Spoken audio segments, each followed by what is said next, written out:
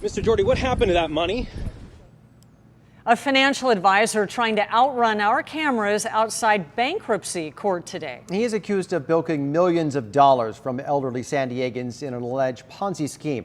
Our Team 10 investigator Adam Recruzen tracked him down today, and more than a dozen people were in court as well, waiting to hear about the bankruptcy judge, what he decided. Adam. Yeah, and this courtroom was packed. These people wanted to know what type of bankruptcy this was going to be, who was in charge of whatever assets this guy's got left, and whether or not they might get any of their money back.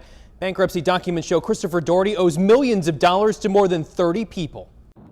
After his hearing, Christopher Doherty tried to sneak out a side exit of U.S. bankruptcy court. Doherty went running down the street, but he wasn't fast enough to outrun our cameras. Mr. Doherty, they claim that you're running a Ponzi scheme. Mr. Doherty, did you run a Ponzi scheme? Mr. Doherty, what happened to that money?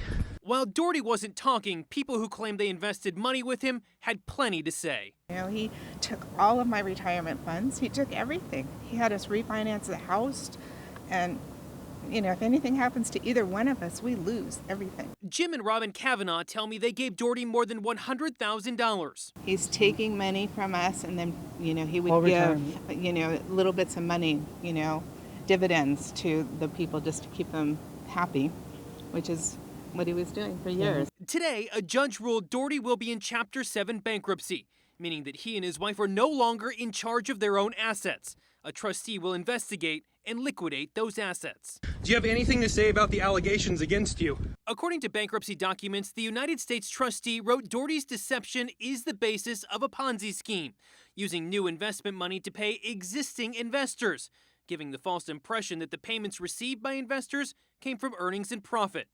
Multiple agencies are now investigating Doherty. The San Diego County Sheriff's Department confirmed a criminal investigation with at least 30 potential victims. The SEC is investigating Doherty and his wife for possible securities fraud. Those who invested want to know if and when they'll get their money back. He stole our money. Mr. Doherty, how do you plan to get the people their money back?